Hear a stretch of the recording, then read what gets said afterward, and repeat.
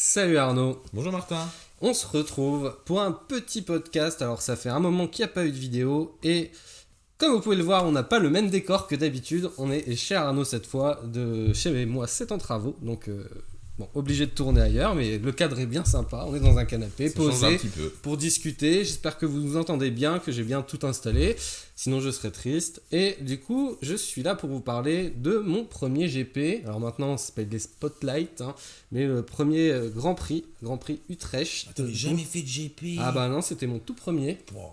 Alors c'est pas mon premier tournoi, mais gros tournoi, mais dans le circuit Ah ouais. public. D'accord. C'était le vrai tout premier. Ça m'envoie Où un je peu suis venu avec des étoiles dans les yeux et je m'étais jamais autant préparé que pour ce week-end-là.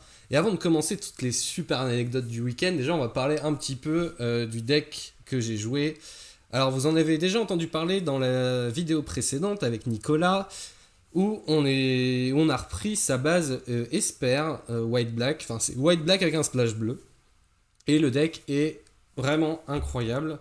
Faut accepter de prendre des points sur sa mana base, mais donc pour ceux qui n'ont pas vu la vidéo précédente, comment fonctionne le deck, mis à part toutes les cartes que vous connaissez déjà, évidemment Ketramos, Felia, Overlord, toutes ces synergies-là, je pense qu'on les présente plus trop, c'est clairement la structure stock de White Black, qui gagne toute seule, il n'y a pas photo. Mais quand on avait identifié que actuellement, dans la méta qu'on attendait aussi, on attendait beaucoup de Breach, on attendait d'autres White Black, on s'est dit que Boros serait un peu en retrait, etc. Bon, que Push, Fatal Push, c'était pas la meilleure carte, parce qu'en fait, on fait les tableaux de side avec Push, et puis bah Push on la retire tout le temps, donc c'est que c'est peut-être pas la meilleure carte à jouer. Et on veut jouer absolument Consigne to Memory, qui est la meilleure carte de side, même si elle est tellement puissante comme carte de side qu'elle se justifie complètement en main deck. Mais actuellement, en moderne, c'est la meilleure carte de side, Consigne to Memory. À titre d'exemple, sur Utrecht, la stat est tombée. Sur les 1590 joueurs qu'on était, dans la salle, il y avait 2500 passés Consigne to Memory. Ah ouais. Donc c'est vraiment c'était la carte la plus jouée du tournoi. Après, pour le coup, c'est quand même une carte qui est jouée tout le temps x3 ou 4 minimum, donc c'est sûr que ça. Bah, quand tu la joues, ça tu la joues explique pas en aussi. fois. Tu joues pas en fois, c'est sûr, tellement c'est puissant. Mais du coup, voilà, chaque joueur on joue 1,6. Donc Mais c'est ouais, vraiment c'est soit quand on même joue beaucoup, 4, soit tu la jouais Bon, à mon pas. avis, c'est la carte de side la plus jouée. Mais c'est la carte la plus jouée du week-end. Donc Ah ouais, c'est de très très loin. Or peut-être terrain, mais ils prennent pas en compte les terrains quand ils font ça. Donc vraiment c'est trop fort. Et Consigne to Memory, c'est une excellente carte contre les autres, mais elle est encore meilleure quand tu as des applications sur toi-même. Et les applications qu'il y a dans ce deck là, elles sont toutes bêtes. On passe notre temps à fliquer ou blinker des trucs. Donc si jamais on flique, on blink des histoires des cartes de nos adversaires, et bah hop, un petit consigne. Et en fait ça fait un removal un peu déguisé. Ouais. Et ça permet des séquences mais horribles où je joue contre un white black qui me fait un petit tour de j'attaque avec Felia, je blink mon overlord, fin de tour, trigger, je fais top top, flash solitude, j'exile ta Felia, consigne pour 2, paf paf, on enlève les 2 triggers, je garde ma solitude, ton overlord revient jamais, mon adversaire qui me regarde, oui tu peux faire ça. C'est ça, parce qu'en plus il y a le replicate qui fait que tu peux c'est ça. t'arranger pour qu'il y ait plusieurs triggers et du coup, en pile. plus la game avance, et plus tu vas pouvoir trouver des séquences de triggers dans la pile qui montent et faire non, non, non, non, non, non, non, et tu sélectionnes que ce que tu gardes. Et c'est une carte qui aide aussi à éclater le miroir et qui est trop facile à dissimuler dans le deck. Et il y a aussi l'effet, c'est l'effet de surprise en fait. Exactement. Parce que personne joue ça de base, du coup tu tournes pas autour de cette carte quoi. Alors, C'est en pas là. J'ai rencontré 5 ou 6 Eldrazi dans le week-end. Plus je pouvais masquer le fait que je joue bleu, et plus ça les empalait très fort. Tu fais au dernier moment ton bleu. Dans les quelques highlights du week-end, j'en raconterai, mais voilà, les mecs ont identifié que je jouais white black tous les jours, parce que forcément, souvent, très très souvent, je vais fixer Surveilland noir-blanc en premier, et du coup, je dissimule mon bleu, mais des fois, je faisais T2 frog, donc ça gâchait un peu la surprise. Et donc voilà, trop fort Consigne to Memory. Mais dans tous les cas, même si tu jouais bleu et que ça veut dire que tu jouais bleu, ils s'attendaient pas à avoir consigne à là en tout cas. À partir du moment où t'as révélé que tu jouais du bleu, c'est pas inattendu. Enfin, voilà. les mecs commencent à se dire c'est pas, Ouais. c'est pas inenvisageable. Parce que y a des gars qui ont Ouais, puis ça compris que ça réfléchit, faisait des trucs dans le deck quand même. Ouais, c'est vrai. Et du coup, Push est la deuxième carte qui est jouée dans White Black qu'on a trouvé vraiment. Enfin, qui est une bonne carte. Hein. Push et Ephemerate sont des bonnes cartes. Mais Ephemerate, bah, ça a énormément de défauts. C'est drôlement bien quand t'es devant, c'est drôlement bien quand t'es dans une situation. Enfin, faut que toujours tu sois un tout petit peu devant pour que cet Ephemerate soit vraiment très fort. C'est assez rare que ce soit la carte qui te fasse passer de je suis derrière à devant. Mais je suis pas d'accord, excuse-moi, je te coupe, mais si jamais le mec il te fait une sortie aggro et que toi Ouais, tu fais la solitude. solitude éphémérite, ça stabilise. Quoi. C'est ça. peut-être le seul contre Voilà, c'est ça. Et le problème, bah, c'est que du coup, c'est fort contre Boros. Et en fait, ça manque un peu d'idées. C'est une carte que voilà, pareil, en tableau de side, bah, en fait, on a tout le temps envie de la retirer. Donc, c'est probablement pas ça qu'il faut jouer. Et Frog, bah. Ouais. Voilà. Frog, ça a d'autres avantages. C'est qu'avec Ketramos, c'est vraiment très très mignon. Hein, la synergie entre les deux ne se présente plus trop. Au début, tout le monde avait joué ça avant de se dire bon, on n'a peut-être pas besoin de Frog. Mais en attendant, ça marche très bien. Où vraiment, je fais des séquences T2 Frog, mon adversaire qui fait je remove Frog d'une manière ou d'une autre. Et là, je suis en mode bon, bah j'exile mon cimetière pour aucune raison. Mais évidemment, autour d'après, bah, y a un Ketramos qui arrive, il est tout de suite up. Et puis bah, s'il y a les deux sur la table, alors là il se passe des choses. Vous voyez votre adversaire et vous-même, vous êtes en train de faire des maths tout le temps. Parce que si je défausse toute ma main, que du coup elle prend plein de marqueurs, que j'exile tout mon cimetière, je repioche plein de cartes, du coup genre défausse et machin, du coup vous comptez en multiple de 3 pour savoir combien de marqueurs. Et la grenouille elle va connecter, elle va vous mettre une grosse claque. Mais donc c'est un deck qui vous met beaucoup de dégâts tout seul. Hein. Vous avez tendance à landrer des trucs qui demandent 3 points de vie. Du coup vous faites énormément dans Raveland. C'est pas évident de rester au-dessus de 10 points de vie, surtout si votre adversaire vous attaque un peu. Mais une fois que Ketramos est parti, c'est bon. Et vu que vous avez tendance à vraiment gérer totalement le board en face, en tout cas c'est ce que vous cherchez à faire, bah, en fait votre adversaire a beaucoup de mal à atteindre ses points de vie. Mais j'étais pas serein si jamais je tombais face à un burn. Hein. Franchement, j'avais très très peur de comment jouer. Et à un moment dans le tournoi, je m'assois à côté d'un burn. Et je suis bien content de pas l'avoir en face. Ouais. Et je me suis dit c'est tellement plus joué, on va pas se dire mon deck il a un problème parce qu'il perd contre burn quoi. Non, puis Burn ça peut quand même gagner des fois contre tour. Hein, c'est ça. Et puis bah il y a des mondes où bah tu fais flash solitude, consigne dans solitude et hop je commence à gagner des points de vie et puis ça passe.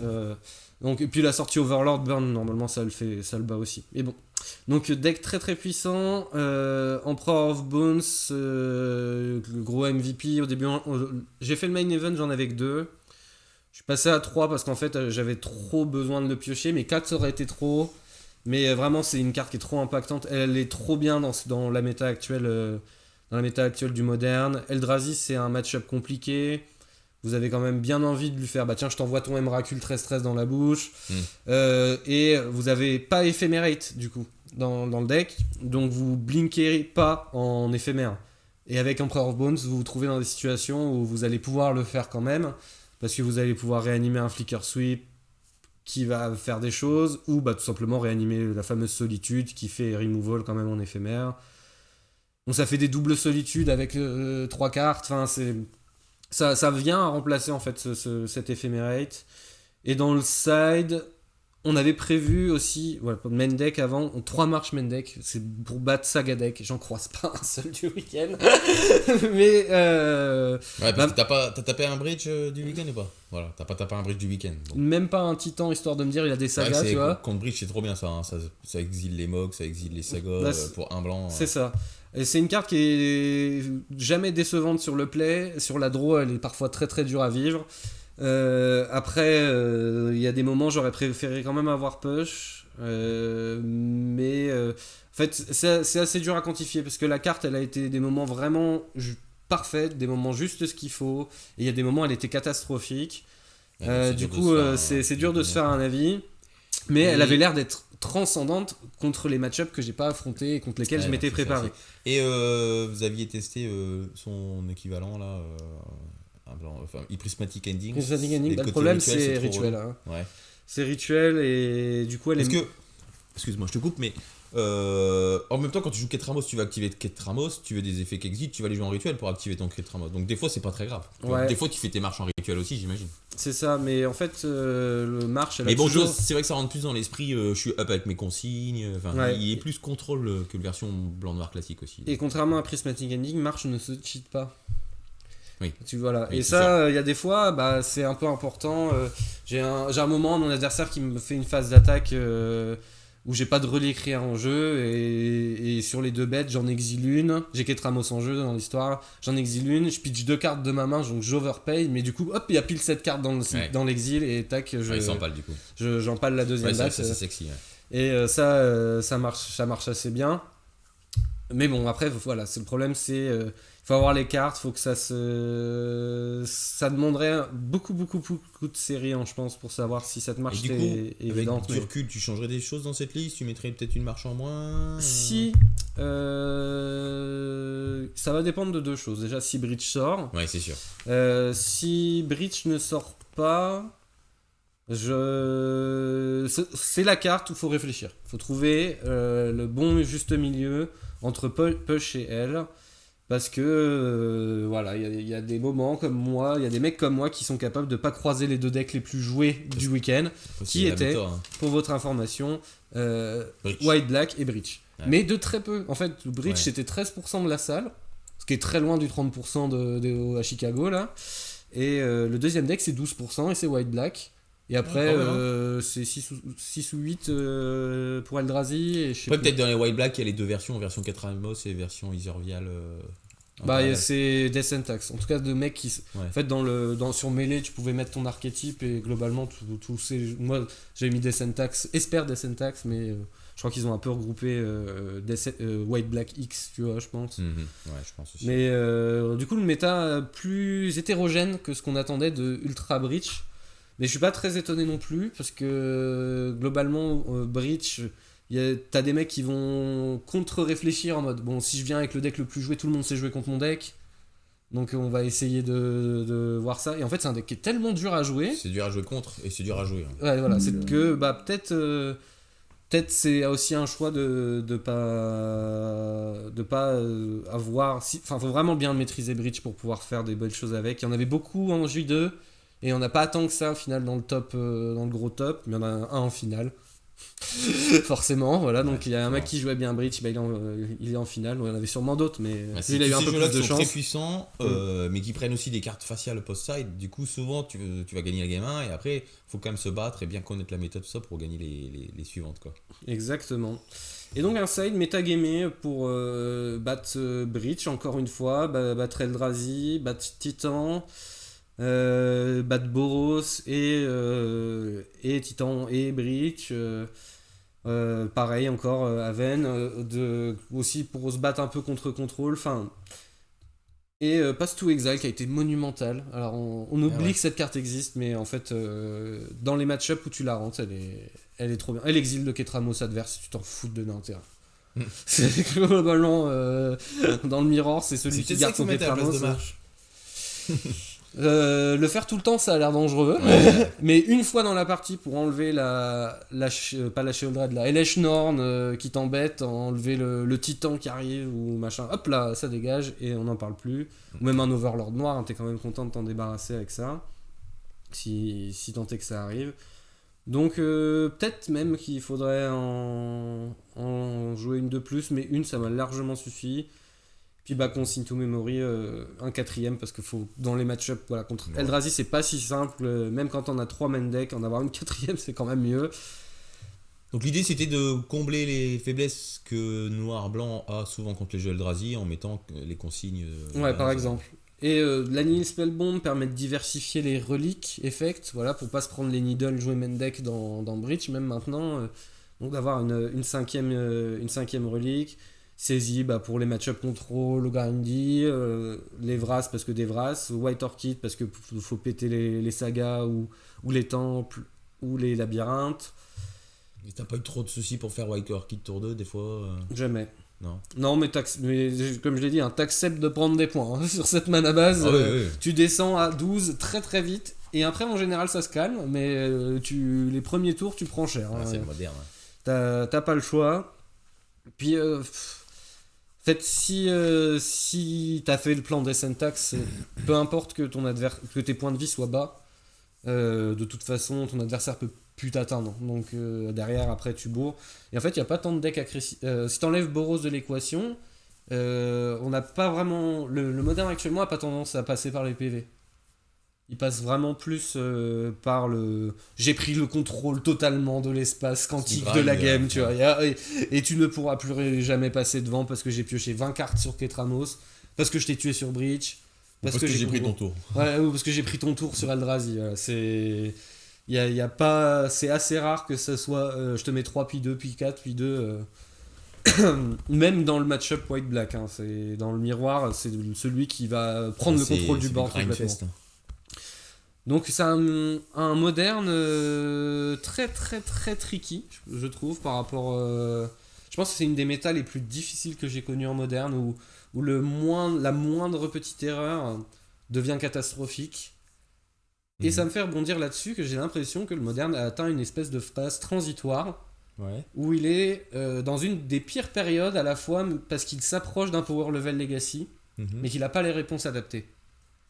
Il entre dans ce problème-là, c'est-à-dire on a des créatures qui sont trop fortes, mais on a solitude, on n'a pas Sword to Plowshare, on a des sorts s'ils résolvent qui sont trop forts, on a Force of Negation, on n'a pas Force of Will, et ainsi de suite et ainsi de suite. Et en fait, autant que le Legacy devient une espèce de vintage déguisé, tellement maintenant ça va vite le Legacy, quoi. Le Legacy c'est 30 minutes les 3 matchs, quoi. Mais là en moderne, on a cette phase où les cartes sont trop fortes et on n'a pas les réponses pour ralentir la game. Donc au jeu du Grindfest, c'est celui qui va prendre un tout petit edge sur la partie, et cet edge il se décuple très très vite. Voilà. Vous avez réussi à conserver votre frog pendant 2 tours, et vous avez bien agressé les points de votre adversaire, vous avez commencé à piocher plus de cartes que lui, la pression elle est toujours là, et là d'un seul coup il peut plus gagner, alors que juste il a mal tourné autour avec son push, et vous avez fait un truc, je sais pas. Donc c'est compliqué. Le moderne est très difficile à jouer actuellement. T'as pas de tour de setup, c'est tout de suite, faut pas se tromper. Comment t'as fait tes points, comment t'as été décurvé pour tes surveillants, enfin beaucoup de choses que m'ont montré ce week-end à l'étranger. Mais donc résultat un peu de ce week-end. On commence avec un petit trial pour se qualifier pour Bologne. Faut faire 5-0, 55-0 pour être qualifié, c'est solide. Déjà, première anecdote, c'est la première fois que je faisais des parties de Magic où vraiment les arbitres, au début de la ronde, ils te posent la thune que tu gagnes pour la ronde, et celui qui gagne, il prend la thune. C'est des tics, mais c'est la première fois où tu te dis... Putain, là j'ai vraiment le pari sur la table, quoi. C'est comme les finales de poker où ils mettent les gros billets, tu sais, pour les deux finalistes. Sont des faux la plupart en plus. C'est le même principe, quoi. Et là du coup il y a 240 ticks, donc en gros c'est 10 ticks 1 euro. À peu près. Par rapport au prix des boosters, c'était à peu près ça. Et la première annonce c'est le perdant prend le ticket de 80 ticks et le gagnant prend le 160 ticks. En fait l'arbitre s'est trompé. Sauf que moi je suis à l'autre bout de la salle, donc avec mon oppo on entend ça, on fait notre game, je joue contre Eldrazi, il me met 2-0, mais une grosse fessée des familles, je suis en mode mais c'est pas possible. Après il m'a fait vraiment Keep 7, main parfaite les 2 fois, mais la main à base de temple, labyrinthe, land, Kozilek, Chrysalide, Emrakul en bout de course. La sortie Legacy quoi, avec 2 mana tour. Ouais c'est ça, il a tout le temps, je fais même à la 2 où je me fais exploser la 1, je fais saisie dans sa main, je me dis... Et là, je sais déjà que j'ai perdu parce que sa main, j'ai rien à retirer, tout est trop fort. Et je suis en c'est tout. Je me prends la grosse fessée. Et l'arbitre, entre-temps, a fait l'annonce. Oui, à savoir que, en fait, je me suis trompé, le gagnant prend les 240 ticks. Mais nous, on n'a pas du tout entendu. Ah ouais. Du coup, moi, je me prends 2 Z hyper vite. Enfin, vraiment, là, c'est 30 minutes. Donc, il me file les 80, il prend les 160. Là, je me barre. T'as mis 2 Z, tu vois, donc je suis en mode, bon déjà j'ai fait mon braquage. j'ai 80 ticks qui devraient pas être dans ma poche, mais c'est tout, j'ai pris 8 euros, voilà, c'est super content. Et bon on se dit on va jouer pour les ticks parce que comment ça se passe, excuse-moi, c'est élimination directe du coup? Non, tu joues. Tu continues à jouer, c'est juste que chaque victoire c'est 240 ticks. C'est ça, voilà. D'accord. Donc je sais que là je peux plus me qualifier, Mais chaque ronde, c'est 240 ticks qui sont posés devant toi, que tu sois en table 1 ou en table Donc tu fais 100 5Z, t'as 120 balles. Ouais, grosso modo. Bah non, plus que ça, parce que ça fait. C'est ça, 120 balles. Oui, si, c'est ça. Oui, c'est bon, pardon. C'est 240 ticks. Ouais, c'était combien le buy-in de ce truc-là? 50 balles? 50 balles. Ouais, en même temps, ouais. Et donc je me dis, bon, bah c'est tout. Maintenant, on va grinder, hein, c'est parti. Je joue la suivante, je tombe le mirror, donc white black, et là alors je vais perdre la 1 sur une color death, et alors mon adversaire était bien sympa mais il jouait pas bien, et là je commence à avoir une crise d'égout en mode c'est pas possible, je vais pas perdre contre un mec qui fait autant d'erreurs, mais bah, color death is color death, hein. Et bah derrière je joue la 2, je la gagne, et la 3 je la gagne sur une histoire de en fait je vais mieux gérer mes ressources, je vais l'attraper sur un consigne qui verra pas venir à la 2, la 3 il va tourner autour. Mais en fait, c'est sûr qu'il aura pas pu venir parce que t'avais pas de bleu à la 1. mais c'est même pas j'ai pas de bleu à la 1, c'est j'ai un gros problème de blanc, je crois, j'ai qu'un blanc, et en fait à chaque fois il me faut ou qu'un noir, et il me faut 2 noirs pour développer. Ouais, t'es capable de jouer 3 couleurs. C'est ma faute. Et je vais en fait bluffer le fait que j'ai une solitude toute la game, et je l'ai pas, du coup il tourne autour, et à un moment je l'ai, et je le laisse se développer parce qu'en fait je vois qu'il prend l'avantage mais il prend pas la game. Et du coup, je vais masquer cette solitude le plus longtemps possible, et je vais l'assassiner à un moment où c'est ultra relevant. Et du coup, je passe tellement devant qu'il peut plus passer. Je fais, voilà, j'ai quand même mieux joué que mon adversaire, je suis content. Ça aurait été trop triste de la perdre. Ouais, et donc, ça fait partie du jeu. Je prends les 240 ticks pour moi cette fois. C'est bon, j'ai compris. Voilà. R3, je tape un Eldrazi. Ça se joue exactement à ça, c'est-à-dire la game 1, j'ai fetch up tout le long de la partie, je développe Overlord Felia avant ça se passe bien, et à un moment il essaie de faire un gros truc, et oh bah je joue consigne main deck, et voilà, il explose. Donc en fait, chaque fois tu gardais ton fetch up pour pas trop montrer le bleu, à part quand tu faisais quand j'avais pas le choix, ouais. À part quand tu faisais la grenouille, et puis du coup t'arrivais à les attraper. Exactement. Tech, hein. Et la game 2, c'est la spéciale, il fait Rumble T2 ou T3, qui fait tomber un Emrakul. Et puis bah moi sur mon T4 ça va faire Emperor ton Emrakul dans la bouche, et ça te one shot en général. Ouais, c'est pas mal, hein. Les 13 points. Round 4 je tombe contre un joueur japonais. Ah oui, à savoir que niveau nationalité j'ai eu vraiment les 4 coins du monde en face de moi. J'ai eu un New-Yorkais, j'ai eu 2 japonais, j'ai eu un scandinave, j'ai eu un russe, un espagnol, un italien, je sais pas combien d'allemands, il y en avait beaucoup des allemands. Ah bah c'est ça, c'était le premier GP là, enfin le premier nouveau GP. C'est le premier GP les depuis gens, ils avaient des années quoi. 1500 joueurs, tu dis 1600. C'est beau, hein. Pour l'Europe c'est pas si mal. C'est beau, hein, les trashs et tout, c'est cool, hein. Et du coup le japonais il jouait la nouvelle liste de Mystic Forge combo. Et bah il a pris la spéciale. Donc le but c'est de faire Mystic Forge et de vomir des spells à 0. Et d'avoir en fait tu joues un Eldrazi colorless aussi à côté. Et du coup, bah, quand tu fais des commandements de Kozilek très forts, t'as une toolbox Karn, enfin, c'est un deck sympa, mais quand il se tape out de tout son être en mode allez, Emrakul, vas-y, t'as tellement perdu, consigne, allez hop, et là, c'est l'avion. En plus, je piochais bien mes consignes. La game 2, pareil, je pioche mes consignes. Il peut rien faire. Sûr que quand le mec il joue monocouleur, t'es content de. La game 1 quand même, elle passe pas loin de me passer sous le nez parce qu'il top deck un Karn alors que moi je suis sur le point de le tuer, qui fait piège pont. Et je suis là mince. Et en fait il y a Torpor Orb aussi sur la. Non. Si, je sais plus. Ouais, si, il y a Torpor Orb sur la table et je suis en mode ah mince, j'ai mes White Enchanter mais je peux pas péter ce machin et tout. Marche. Bon bah hop, ça dégage piège pont et t'es mort. Donc c'est le petit top deck qui fait plaisir. Ensuite, je tape un UB Murktide. Alors, il y avait plein de U Black Murktide et j'en ai vu aucun Oculus. Ah ouais.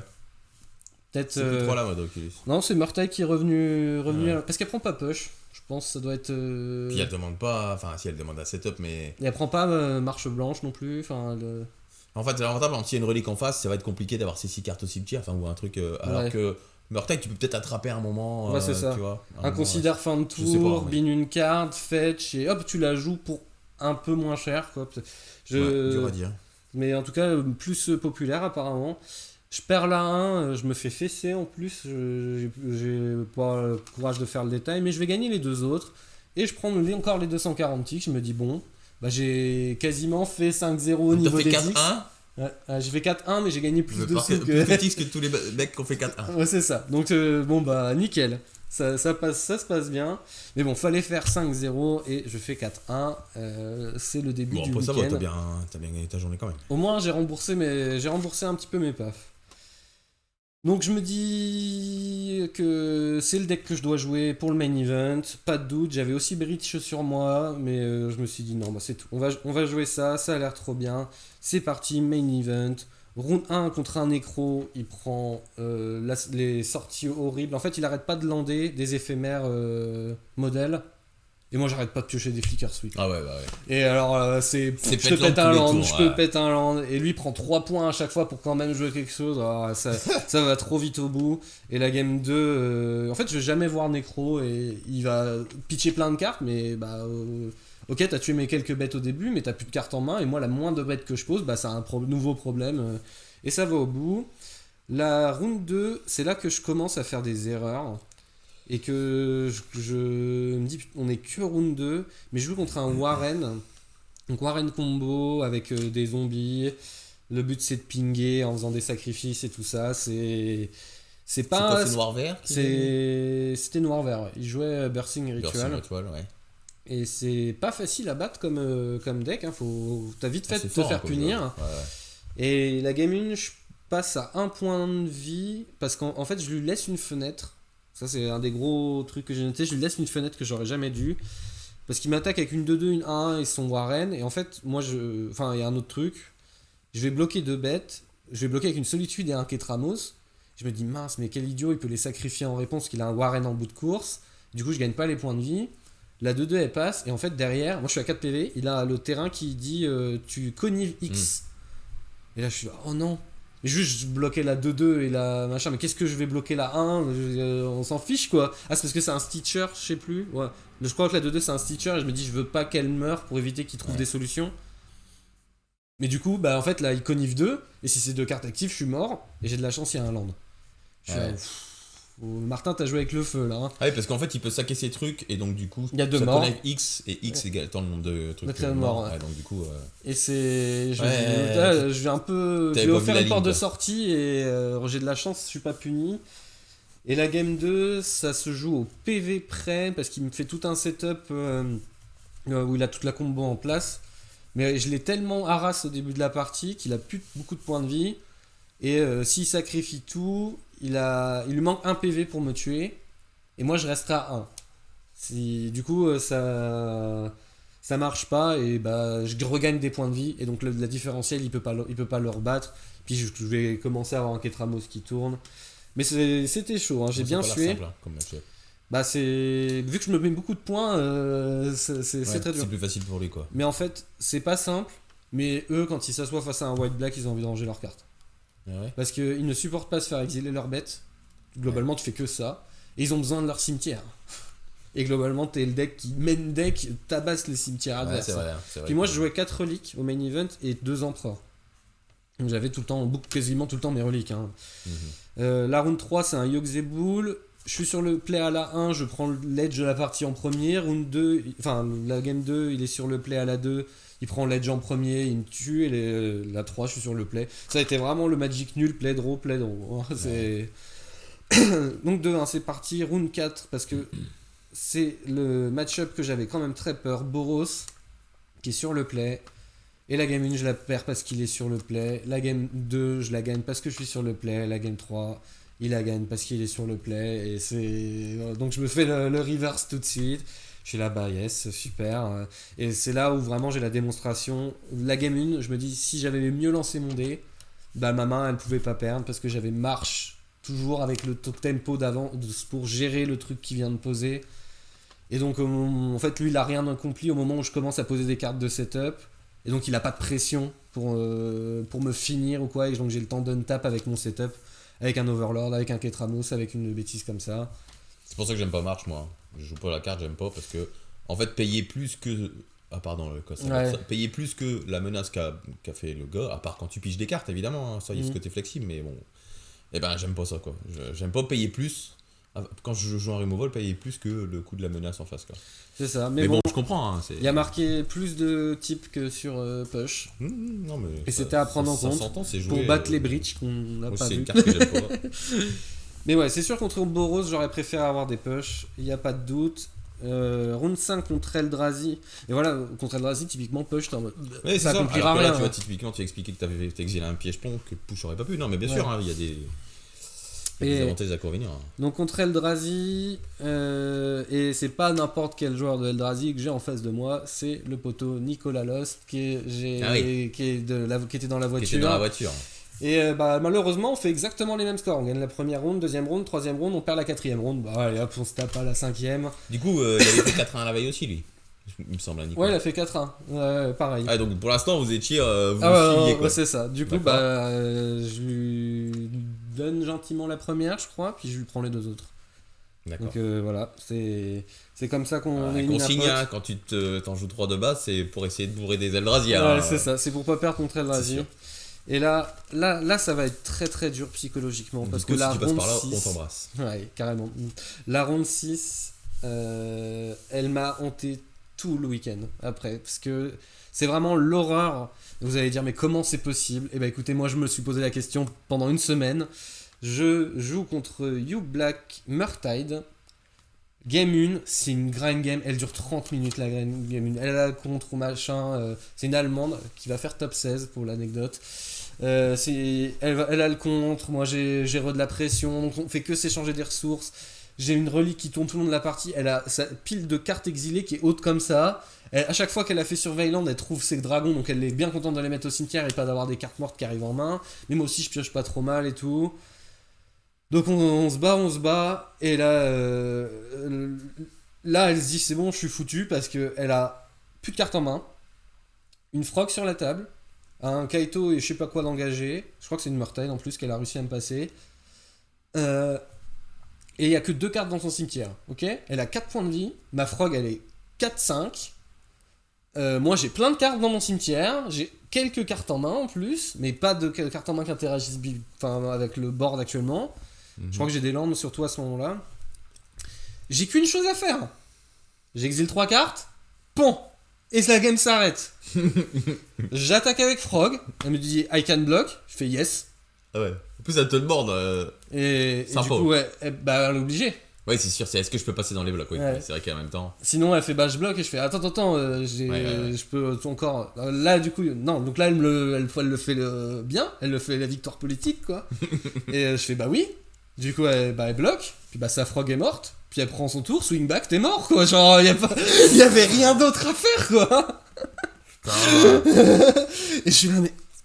En même temps, c'est quelle ronde 4, 5, 6. Ah ouais, ça commence à fatiguer. Hein. Je fais, mais qu'est-ce qui vient de se passer ? Et là, psychologiquement, c'est dur de se remettre dedans. Hein. Ouais. Et la game 2, je lui fais T1 saisie. Je me dis, sa main, elle va exploser sur mon T2 Felia. Elle a pioché quoi sur sa draw de tour 1, Spell Snare. Et en fait, ce petit top deck qu'elle a fait, il est monumental parce que derrière, je crois que j'ai repioché une Felia, je la rejoue mais sur mon T3 ou sur mon T4, et elle a trouvé Stern Scolding entre temps. Je suis là, non mais arrête. Du coup, là, t'as out tempo. C'est ça. Et donc je perds trop là-dessus. Et après derrière, j'ai même plus envie de me battre. À un moment, je vais résoudre un Overlord, je vais même pas prendre de cartes. En fait, ça aurait rien changé. Heureusement pour ma santé mentale à ce moment-là, parce qu'elle avait l'anti-bet quand même. Parce qu'elle va me le révéler, que ça allait rien changer. Ça va m'aider à m'en remettre. Mais du coup, je perds la 2 alors que la 1, mais. Ouais, tu devais la gagner après. C'est ça. Et en fait, ça change tout aussi. Parce que globalement, d'être sur la draw, ça aurait changé énormément la partie, la game 2. Bien sûr, tu pourras pas refaire le monde. Hein. Du coup, je viens de perdre, j'ai un peu donné ma ronde 6 et j'ai un peu envie de me les bouffer, comme on dit dans le milieu. Et je me dis, bon bah. Donc là, t'es à X2. X2. Donc j'ai encore une défaite. C'est 6-3 pour faire c'est jour ça, 2. C'est X3 pour faire jour 2. Faut faire 18 points. Donc t'es à 5-2. C'est ça. Ouais, donc là, non, je suis à 4-2. 4-2. Donc je me dis, allez, c'est tout. On a même encore un joker. Donc là, on continue tout droit, c'est pas grave. À X2, on peut toujours top 8. Au pire, c'est vraiment très dommage. Et t'es bon. C'est ça. Et donc, round 7, je tape Meul. la game 1, je me fais atomiser. Alors, j'ai rien pu faire. C'est vraiment la sortie double crabe, t'as le contre ou machin.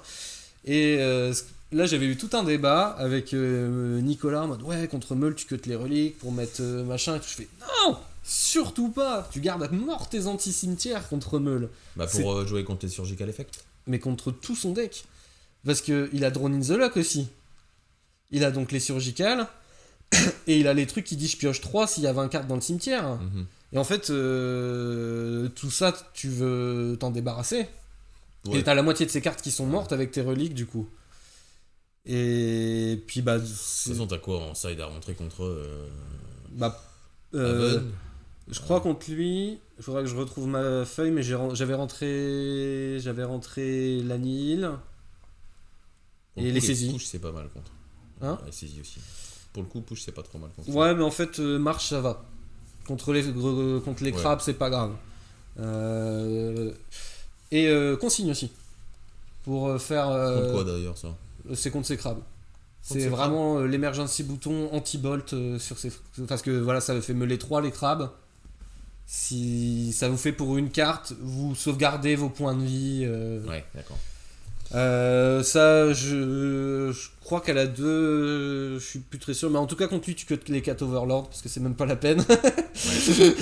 Mais. Parce que tu fais jamais tour 2 Overlord en fait. C'est juste pour 2, je viens de t'aider à me mêler de 4. Ouais, c'est ça. Je viens de perdre 4 de mes 60 points de vie. Quoi. Ça sera jamais 5-5 quoi. C'est ça. Et les Aven aussi que je rentre parce que juste. Ouais, c'est bien. Et je crois que j'étais à 61 cartes ou 62 cartes du coup. Parce que je retire juste les 4 Overlord en fait.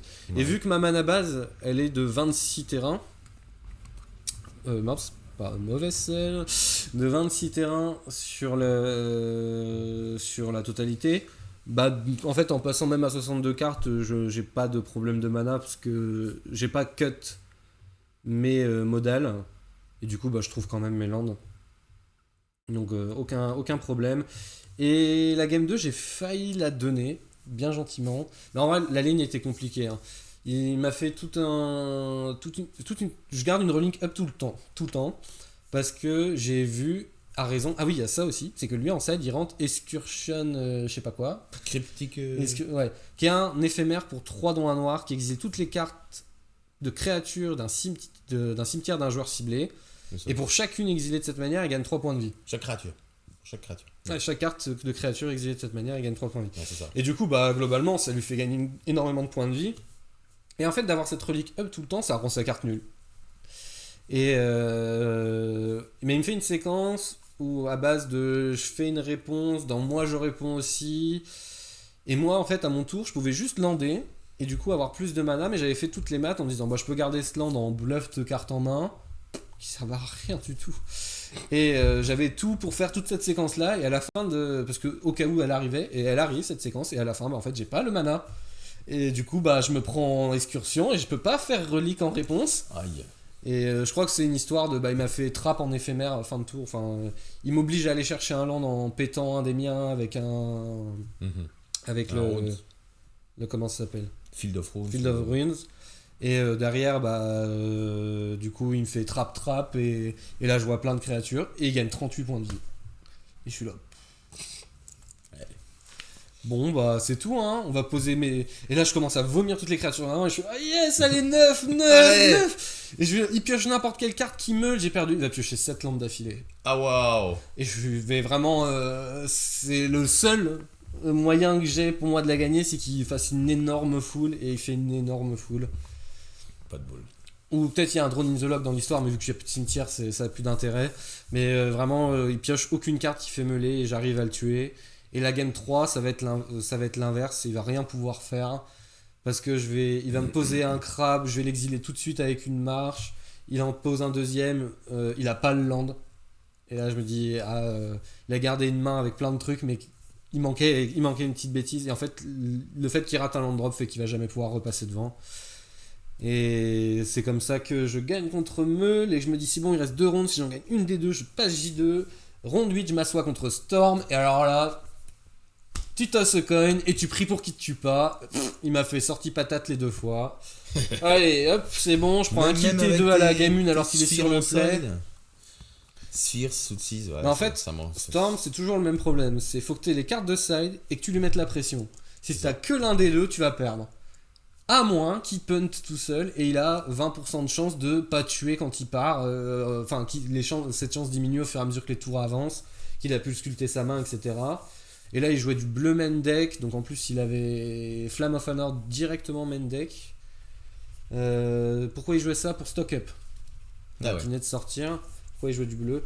Donc je me dis. Enfin, je me fais soulever. Hein. Vraiment, je peux rien faire. Autant la game 2, j'ai 2 cartes de side en main. Et je me dis, ça va le faire. Et en fait, je commence à piocher que des landes. Alors. Du coup, tu les mets pas la pression. Il n'y a jamais de pression et je la perds. Je me dis, bon, bah, c'est tout. Dernière ronde, dernier espoir.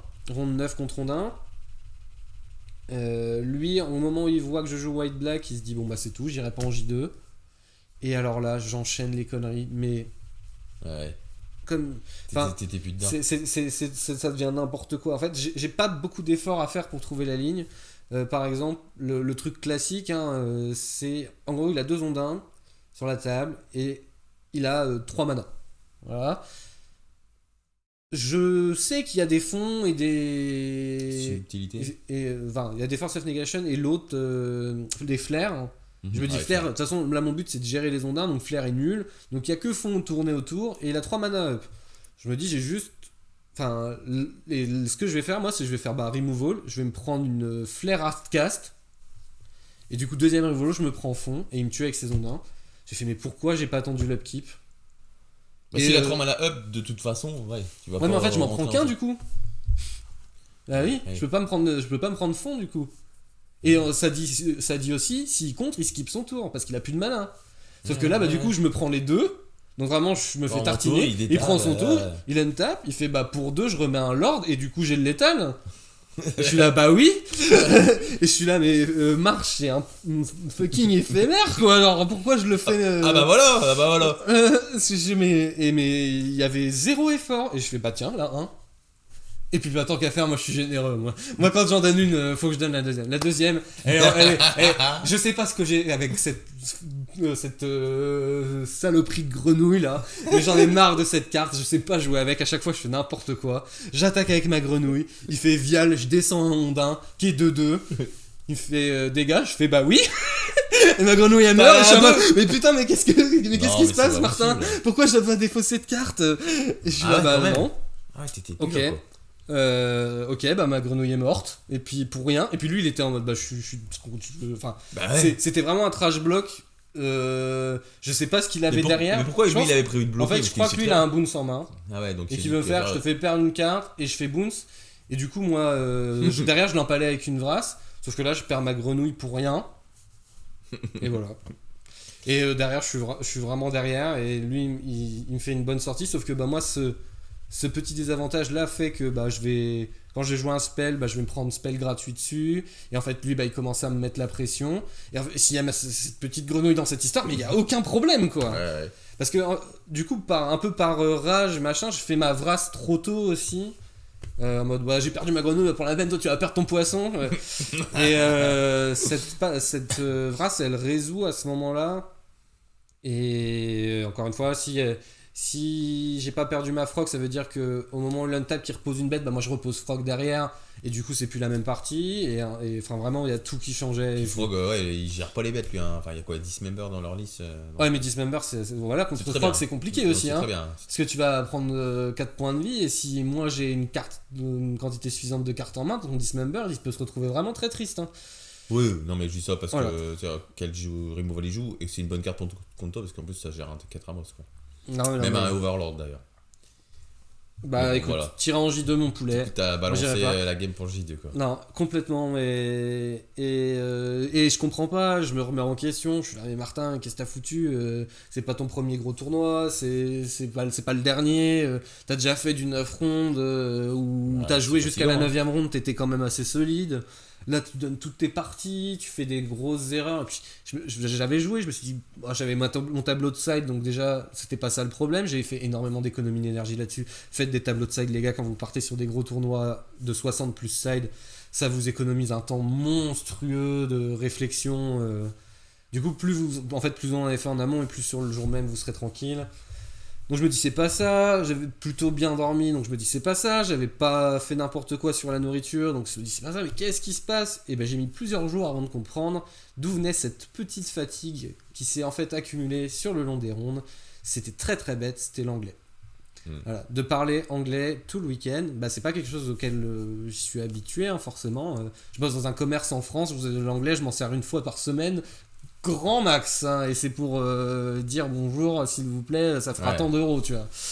Et non, donc je me sens en fait à force, bah voilà, l'énergie à traduire du Magic, et en plus, t'essayes de bien parler, tu fais pas moi Tarzan, toi Jen, tu vois, t'essayes de dire. De faire des belles phrases. De faire une phrase construite. Donc tu réfléchis, tu construis ta phrase, tu la sors en anglais, le gars a pas compris, donc tu essaies de répéter avec des mots différents. Et sur 9 rondes, ça fait une énorme fatigue cumulée. Et en fait, tu utilises aussi des parties de ton cerveau que tu n'utilises pas quand tu utilises des langues étrangères. Et bah voilà, c'est la différence. Quand je vois l'anglais, parce que le joueur de 1000, justement, round 7, qui lui était anglais, donc qui parle natalement anglais, bah il était tout frais, tu vois, et je me dis, bah il forcément joué. Il a un avantage. Et il était très cool ce mec-là, petite anecdote, il me fait, je parle un peu français et tout ça, je fais, même c'est plutôt bien. J'ai presque exagéré parce qu'il avait pas autant d'accent que ça au final. Je fais, c'est cool ton accent et tout. Il fait, non mais je suis sûr que tu parles mieux anglais que moi je parle français, hein, t'inquiète pas. Et il m'a fait rire, je fais, tu sais, les Français on a quand même la réputation d'être très nuls en langue étrangère. Il fait, tu sais, moi les Anglais on a la réputation de pas parler de langue étrangère. Forcément. Voilà, donc c'était le gaulerie. Mais j'oublie dans les anecdotes, trucs qu'on a fait. Donc là, on va petite séance anecdote. J'ai une bonne histoire à vous raconter si vous avez tenu jusque-là. Bravo à vous, vous avez cette récompense. Donc 2 anecdotes. La première, c'est que le vendredi, le jeudi quand on est arrivé, on a fait un petit BK entre potes. On a pris une couronne et on a dit celui qui fait le plus mauvais score le vendredi, il a la couronne tout le samedi. Et du coup, on a un copain qui a fini avec la belle couronne tout le long du tournoi du samedi. Lucas, si tu passes par là. Voilà, Michael, c'était quand même très très drôle. Parce qu'en même temps, à côté de nous, il y avait une Made in Japan. Donc il y avait une grosse convention manga juste à côté de nous. Donc on passe tout le week-end à voir des gens en cosplay. Vraiment, qui passent à côté de notre salle. Et du coup, Mika, il y a un moment, il y a plusieurs fois des mecs qui sont venus faire you have the best cosplay, ou t'es cosplay Yankee, t'es le roi de quel royaume. On commence le samedi, on est tous posés à une table, il y a un arbitre qui passe pour vérifier les numéros de table, qui regarde Mika, il fait congratulations. Comme si c'était son ami, pas cool. Du tout. C'est marrant. Et donc, très très drôle. Et la deuxième anecdote est, le vendredi, à la fin des rondes, je vais voir donc celui qui était en rouge sur la photo, Alex, qui finissait son dernier match, et je vais le voir et on discute de son match. Lui jouait Brute Scale Combo. Globalement, le match était contre un Wine Black, c'était assez grindy et tout ça. Et la dernière game, il pouvait faire mana infini, mais il n'avait pas de kill. Et c'était un peu dommage, donc on réfléchissait s'il n'y avait pas d'autre solution. Puis on discute, les gens s'en vont, là, globalement. Ouais. Puis à un moment, je me retourne, je fais oublie pas ta deckbox, une grosse deckbox noire. Il fait c'est pas à moi ça. Je regarde, je regarde les cartes, et là je vois un white black complet quoi, avec tout. Et pas beaucoup pimpé, mais pimpé quand même. Oh, ça coûte et là, vous pourrez dire ce que vous voulez. Mais il y a 2 secondes, elle est pas plus longue que ça, hein, où on s'est regardé avec Alex. Il y a l'un de nous deux, sans précision, qui a dit on fait quoi. Et il y a 2 secondes, vraiment 2 secondes qui sont passées. Parce qu'en fait, on est des humains, donc on a process pendant 2 secondes. Le fait, c'est quand même presque 1000 balles qu'on a devant nous là. Ouais, bien sûr. Même donc, et là, ça va pas chercher plus loin. Et j'ai pas pensé en mode je suis arbitre, j'ai une image machin, personne ne saura jamais. Je me suis juste dit attends. Mets-toi à la place de ce gars-là. Moi, à sa place, on est vendredi, donc c'est-à-dire on n'a même pas commencé le vrai tournoi. Ouais, en plus, c'est sûr qu'à mon avis, il joue ça demain. Bah bien. Non, c'est mort. On va à la table d'arbitrage, on lui rend. Et en fait, vraiment, en creusant, tu trouves... ouais, ok, moi, je vais... Avec Alex, on va se faire peut-être 500 balles chacun en vendant toutes les cartes. j'ai pas besoin de 500 balles pour vivre, ou je suis pas du tout à ça près. Vraiment, j'ai cette chance-là, entre guillemets. Ça aurait fait plaisir, mais j'ai cette chance-là. Il a dû emprunter des cartes, il va falloir qu'il rembourse et tout. Que lui, on lui défonce son week-end à vie, on lui fait un souvenir à vie horrible, on lui fait perdre plus d'argent encore. S'il doit des cartes à des potes, c'est vraiment, pour tellement peu, ça va être horrible. Forcément, peut-être, faut se dire la vérité, ça aurait été un deck vintage devant nous, on aurait process, au lieu de 2 secondes, on aurait process 10 secondes. Donc, on reste des humains, on est tenté par la voix du diable et la voix de l'ange à tout moment. Je sais pas ce qu'on aurait fait, j'espère de tout cœur qu'on aurait pris la décision pareille de rendre le deck. En tout cas, ce qui compte, c'est pour ce white back là. On n'a pas hésité plus de 2 secondes, on a dit bon, alors on va rendre le pack. On pose la table d'arbitrage, les arbitres ils nous regardent avec des yeux de poisson, genre en mode ah ouais, vous l'avez ramené le deck? Ouais. Ils sont contents, hein. Mais en fait ça les surprend tellement parce qu'ils ont énormément l'habitude de voir l'inverse. Donc ils sont là, ah c'est super cool, comment il s'appelle? On sait pas. Du coup c'était quelle table, Alex qui bug? Je sais plus. Bon, c'est quoi ton nom? Avec ton nom on retrouvera le pairing, on trouvera la table et on trouvera le nom de ton adversaire. Voilà, c'est comme ça qu'on a trouvé. C'était la boîte de son adversaire, c'était pas une... Non, c'était la boîte de son adversaire. Il y avait pas de doute en fait, on a reconnu les cartes, les pochettes. Ah oui, d'accord, il venait de jouer contre lui, quoi. C'est ça. Donc bon, on se dit, bon, c'est pas grave, on l'a fait, maintenant, on n'aura pas de bière en récompense, parce qu'il n'y a aucun monde où le samedi, mais si, le karma. Il nous croise, tu vois, c'est pas possible, il y a 1500 joueurs, plus les side events, donc il y a 2000 joueurs, c'est des marées humaines à chaque... début de ronde, machin. Donc non, on le croisera pas, mais c'est pas grave, tant pis. De toute façon, on n'a pas fait ça. Voilà, il y a un mec qui va vivre une très mauvaise soirée et qui sera très content demain matin. C'est ça. Donc on fait tout notre samedi et le samedi se passe très très bien. Et ou pas parce que tout le monde se fait laver et moi qui les tiens jusqu'au bout, j'ai toute la voiture et les d'autres Français qui sont là, allez tu vas le faire Martin et tout, tu vas y arriver. Il y avait les cœurs d'aubergine qui étaient là. Romain, si tu passes sur la vidéo, encore gros big up à toi, on embrasse les aubergines et on voit le poteau Mike aussi. Ah non, c'était le dimanche qui s'est énervé, mais enfin bref, gros content de voir toute la mif des cœurs d'aubergine aussi. Et donc c'était là, allez Martin tu joues, et je joue la dernière ronde, je la perds comme je vous ai dit, et c'est tout. On se dit bon allez, on va se faire une pizza, ça va se faire bien. On va à une première pizzeria qui était pas si loin de la salle. On voit qu'il y a des Français qu'on reconnaisse, des Alsaciens, Ludo si tu passes dans le coin je t'ai reconnu, qui sont en train de galérer parce que le restaurant est plein, donc on fait c'est pas la peine, on va en chercher un autre. On cherche une autre pizzeria, on fait 10 minutes de route, on arrive à l'endroit de la pizzeria. Elle n'existait pas. C'est vraiment bon. Peut-être il y a eu une pizzeria, mais en tout cas, map n'était pas à jour sur ce niveau-là. Donc on se dit, tant pis, McDo, on est sûr. On va se trouver un McDo.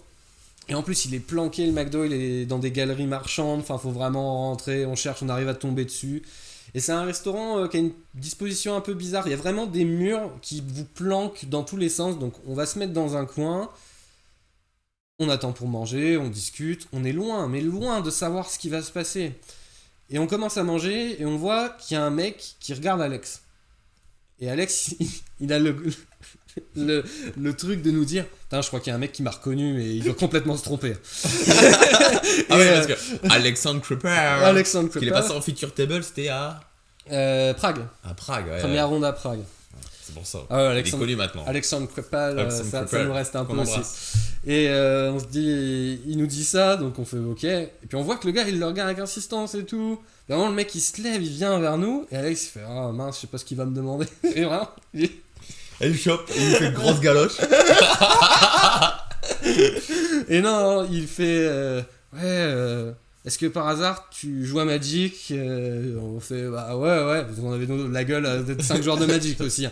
Est-ce que par hasard t'as fait le Gauntlet la veille? Oui. Est-ce que tu joues Broad Scale Combo? Oui. Mais du coup, c'est moi le joueur de White Black. Et Alex fait ah oui, c'est toi. Et alors donc là, on réalise ce qui est en train de se passer. C'est qu'on allait dans un McDo paumé à l'autre bout de la ville où t'es planqué. On a fait 2 restaurants avant que ça s'est tombé dans l'eau. Et on croise le mec à qui on a rendu le deck. Et du coup, il nous comble d'éloges. I'm so glad, guys. Bien sûr. Vraiment, Tu vois, le bonheur qu'il t'a fait à ce gars-là par rapport à ce que lui que ça t'aura apporté, c'est rien en fait. On a la petite photo du coup avec Alex à droite et à gauche le joueur en question et encore à gauche un mec complètement random. Et donc la petite photo, donc lui forcément il a la version que les arbitres ont donnée, ton adversaire lui a rendu les cartes, donc je lui explique que c'est moi qui ai trouvé le deck et tout quand même. Ouais. Et là il nous explique vraiment... Putain, merci les gars. En plus, il fait J2, il est en 7-2 à ce moment-là, donc il va faire son J2. C'était le deck qu'il voulait jouer. Il nous explique, il est rentré le soir. Enfin, il est rentré le soir, il a déposé ses affaires. Il est sorti avec ses potes, parce que forcément, lui, je crois qu'il venait d'Allemagne ou quelque chose comme ça. Et ils sont partis boire un coup et tout. Il cherche dans son sac, il fait bon, bah, j'ai pas mon deck, mais j'ai dû le laisser à l'hôtel. Il rentre à l'hôtel, il retourne la chambre, il le trouve pas. Il se dit, alors il endort pas de la nuit, forcément il est en mode mince, bah c'est tout, il y a quelqu'un qui s'est barré avec mon deck, qu'est-ce que je vais faire demain, je vais faire des drafts ou machin. Il se dit bon, dans le doute, il a le premier réflexe qui est con, hein, mais vraiment c'est d'aller à l'endroit où il a vu son deck pour la dernière fois. Ouais. Évidemment qu'il y sera jamais. Il n'y a pas de chance. Parce que dans tous les cas, il y sera jamais, parce que soit la deck box par miracle elle est restée sur la table et les arbitres l'ont prise, soit il y est juste plus. Ouais. Donc aller à la table d'arbitrage, globalement c'est le truc, et c'est le dernier truc qu'il va faire. Il arrive à la table d'arbitrage, oui, est-ce que je m'appelle machin et tout. Ils font oui, ton adversaire l'a rendu. Et là, soulagement. Ah bien sûr. Soulagement. C'est ça. Et du coup, bah, il était tout seul parce que, en fait, si j'ai bien compris, il devait aller au McDo avec ses potes et il s'est trompé de domac. Tu vois, c'est marrant. Moi, j'ai l'impression qu'on est connecté des fois pour c'est ça. Il s'est trompé de domac. Il s'est trompé de domac, du coup, il est retombé sur vous voyez, il a son plateau, il est tout seul, du coup, parce que ses potes, ils sont pas partis au même. En fait, je crois qu'il arrive en premier, du coup, il a commandé avant, et ses potes ont fait, mais non, mais c'est pas là, bah, c'est trop tard, les gars, j'ai le plateau quasiment qui arrive. Donc, il est en train de manger, et nous, on s'assoit, globalement, là, moi, je prends la photo, je suis assis là où on est assis. Et vous voyez, c'est tout fermé et tout, on aurait pu être dans l'autre partie qui est devant, et il nous avait jamais vus. Et non, on s'assoit devant lui, quoi. Et du coup, on fait, bah viens, t'es tout seul, bah viens manger avec nous. Donc on commence à discuter et on parle pendant 1 heure de Duel Commander. Rien à voir. Pendant 1 heure, on parle de Duel Commander. Elle m'a dit quand même. Et pour ceux qui font un peu de Duel Commander et qui écoutent ce podcast, et bah sachez qu'à l'international, on est des espèces d'ovnis. Ah bon. Et en fait, c'est un mec qui grind pas mal tous les très gros events Magic, qui bougent même aux États-Unis et tout. Et là-bas, les gens se demandent mais c'est quoi ce truc qu'il y a en France, pourquoi là il y a eu à Prague, c'était le premier Duel Commander dans un circuit public, premier side event Duel Commander dans un circuit public qui avait fait 300 et quelques bonhommes quand même. Et les gens font c'est quoi et tout. Bah sachez qu'en France c'est encore plus gros ce qui se passe. Il y a un truc avec 900 joueurs de ce format-là. 900 ouais. C'est le relique dont ils parlent évidemment. Et, et du coup ils essayent, ils trouvent ça trop bien. Ils sont là mais pourquoi Wizard officialise pas? Ouais. Alors là je vais vous la donner la réponse. C'est la même que je lui ai donnée. Wizard il voit qu'il y a un format qui se gère tout seul. Il y a des mecs qui s'occupent eux-mêmes de gérer les règles de ce format-là, que les joueurs font le format tout seul. Donc en gros, ils vendent des boosters, ils payent personne, ils n'ont rien d'autre à faire. Hein. Bah ouais. Ils s'en foutent complètement que ce soit officiel ou quoi. Si les gens le font et que ça leur apporte des thunes, pourquoi eux mettent un comité qu'ils devront payer parce que méthode américaine, ou you know. Et eux, ils se contentent de créer des légendaires. Quoi. Ouais, c'est ça. Voilà, eux, ils se contentent de faire des cartes et globalement, il y a un format qui s'éclate. Donc nous, à l'international, tout le monde se tourne vers notre petite fierté, là, et commence à s'y mettre et tout. Donc il y a un monde GP, de Duel Commander, ça finira par arriver. Trop cool, hein. Et donc voilà, vous avez cette magnifique photo du hasard global. Donc on discute, il fait bon bah écoutez les gars, il nous a filé 100 balles. Carrément. Ouais, il nous a filé 100 balles. Waouh. Eh ben, belle histoire en tout cas. Donc avec Alex, on était content de faire 50-50. Donc là, on était, ça nous refaisait notre week-end en mode. En plus, tu vois, mais lui, on avait vraiment après, pas autant. Je comprends. Moi, à sa place, j'aurais sans doute fait quelque chose aussi parce que son deck il vaut 1500-2000 balles. Enfin, tu vois, il aurait été tellement dans le mal s'il le perdait. Donc là, il est tellement content de le retrouver parce que vous avez fait une bonne action. C'est normal quoi. Enfin, donc voilà, si quelqu'un vous ramène votre deck, vraiment le minimum attendu. Hein, je pense que vous pouvez payer une bière à ce mec-là. Ouais, alors, franchement, sûr, au moment où je me rends compte c'est tout, je fais je me suis dit dernièrement on va payer notre McDo et non, il sort un billet de 100 et il nous le file. C'était vraiment super super gentil de sa part. On s'y attend, même il aurait rien donné. Nous on était déjà tellement bluffés par le fait de l'avoir devant nous. Et trop content du coup de... Le monde est petit quand même, hein, des fois. La ville, elle est pas petite. Non, mais c'est... C'était tracé que vous alliez vous retrouver à cet endroit-là. De ce côté-là du mur, ça joue à rien. Belle histoire en tout cas. Vraiment la grosse anecdote du week-end qui en fait oublier les sous-performances. Mais bon, c'est tout, faut se réveiller. Lui, il est en J2, mais pas moi. Donc il y a un gros tournoi le lendemain, il y a 8 rondes. Faut s'y remettre. Cette fois, on n'est pas fatigué. On va tout braquer et on commence un dimanche où round 1, donc on est combien je crois qu'on est 300 et quelques, 350 sur le rebound entre guillemets. On joue le même deck, on a switch un empereur pour une relique en moins. C'était sans trop réfléchir, je me suis dit je veux rentrer un empereur, je retire quoi. Allez, une relique, je me casse pas plus la tête. Round 1, je tape le pote de deuxième Nico de la voiture. On est 300 et quelques quoi. Oh là là. Qui joue Grixis Reanimator. Il prend la première avec une salade tomate oignon. J'ai tout ce qu'il faut dans le bon ordre. Et je te fais réanimation Archonte T3. Tu peux rien faire. Et je gagne la deuxième et la troisième. Voilà, fin de l'histoire. On commence direct. On met une claque à un pote. On montre prouve qu'on est le meilleur de la voiture. Pas du tout. Mais moi j'en ai tapé 2. Round 2, j'affronte un Zo qui va faire 2 fois DS. Donc on passe au match d'après très très vite. Quand tu joues 5 couleurs, c'est pas terrible. Round 3, je tape l'anecdote du week-end, la bad anecdote. Vraiment, ça m'a mis mal à l'aise. J'ai jamais affronté un mec aussi désagréable. Ouais, ça arrive. Mais, tu sais, toutes les rounds commencent par Hello, nice to meet you, what's your name, where are you from? Globalement, toutes les rounds commencent par ça, parce que du coup, les mecs te répondent Alors, tu vois, quand tu dis I'm from France, donc je viens de France. Ah, Paris! Ça chaque fois là. Ça me rendait fou. Je fais non, pas tout à fait Paris. Mais c'est pas loin. Ouais, c'est normal, hein, les gens ils ont que ça. C'était assez drôle. Ouais, tu viens où de France? Tu dis Reims. Alors, Reims en anglais, tu le dis comment? Reims? Moi je dis City of Champagne. City of Champagne. Champagne, tout le monde connaît. Ouais. Et donc, c'est la ville du champagne. Okay. Ça, tout le monde connaît. C'est noté. C'est la City of Champagne. Ok. Donc, il jouait Necro en plus. Et donc, nice to meet you. Il me répond pas. Ça commence. Et il me fait. Ah ouais. Vraiment, genre, je m'en bats les couilles. Ah, mais sale. Non. Ok, bon, bah, du coup, je lui pose pas le reste de questions. Je t'avoue que ça m'a un peu coupé dans mon élan. Hein. Ouais, okay, faut voir pour côté des choses. Tu t'auras pas fait perdre trop d'énergie mentale à essayer. Non, j'ai pas parlé anglais. Hein. Bon, bah, c'est tout. Tu veux la jouer sur la table? On la joue sur la table. Et j'ai jamais aussi été dégoûté de perdre la première de ma vie. Donc il joue Necro, il me fait pas la sortie du siècle, mais il me fait double Doti. Et je vais pas réussir à moi piocher les moyens de les gérer. Parce que je crois qu'il va me faire une saisie. Enfin, il va beaucoup me faire de discard. Je crois que je me prends 3 ou 4 discards dans la partie. Ça va éclater ma main, je vais pas avoir de gestion, je vais pas en repiocher et les Doti vont aller au bout. Je vais allez, non, c'est hors de question là. Et vraiment, en mode.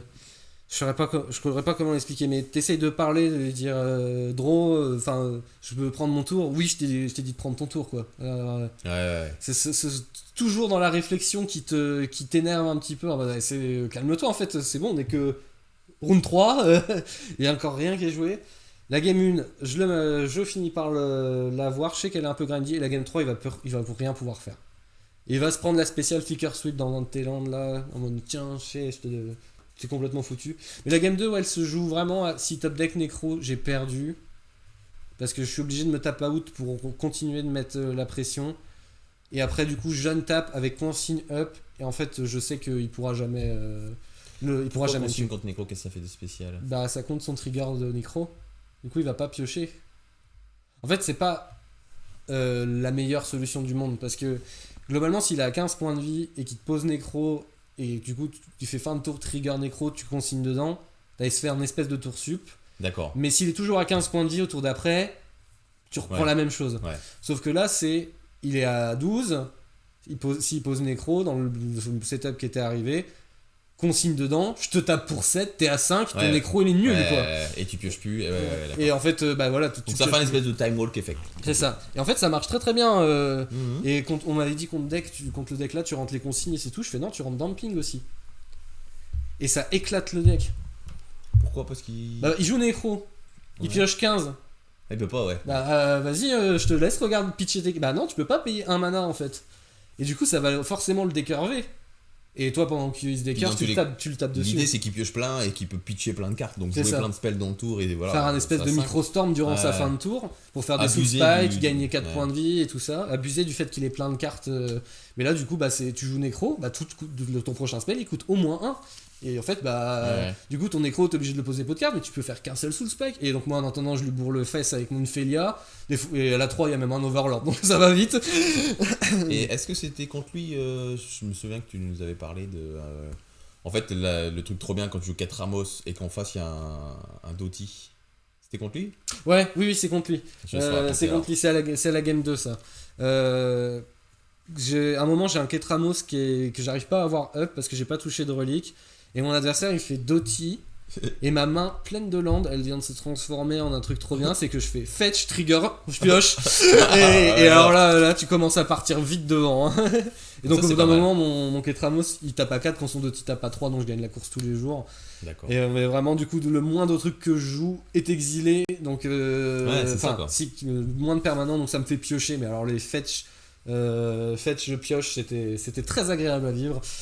En plus, j'ai vraiment le luxe de pouvoir le faire 2 fois parce que en fait, il joue Doty et moi je comptais faire Fetch Surveillant et en fait, je vois qu'il a posé son Doty, je me dis il s'est pas rendu compte. Je prends mon tour et je fais Fetch pioche, tu vois. Et là, mon Ketramos, il est pas up, je crois qu'il manque une carte, mais en fait, j'ai pioché 2 cartes. Marche dans ton Doty, je repioche et Ketramos, bam.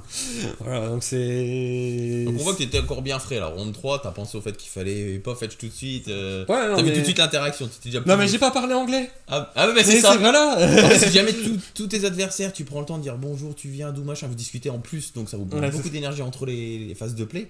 Forcément que t'es rincé à ronde 4-5. Ah, c'est mais vrai. Bah, moi, je sais que quand je partais à l'étranger comme ça, donc j'aimais bien parler avec les gens et tout.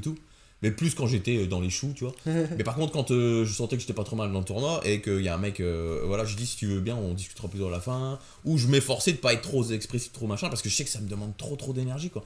Parce que et puis beaucoup de concentration, hein. Être concentré sur la discussion, être concentré sur la partie, enfin, tu vois, c'est ça. C'est dur, hein, c'est vrai. Hein.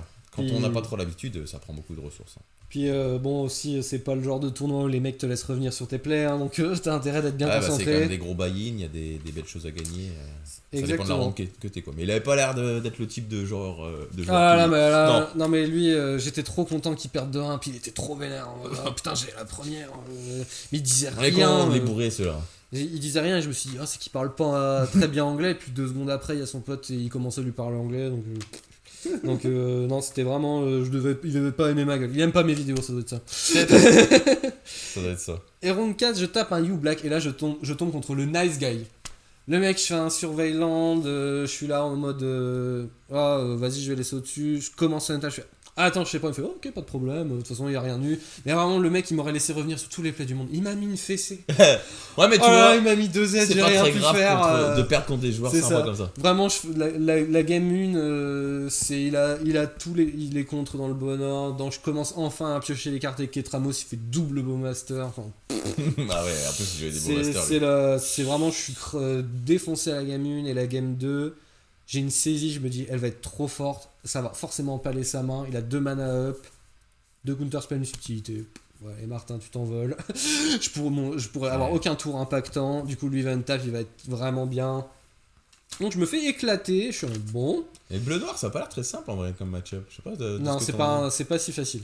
Parce que j'ai l'impression que si tu raisonnes avec 4 Ramos, c'était quand même bien. Mais en fait, c'est 3 mana quoi. Non, c'est counterspell.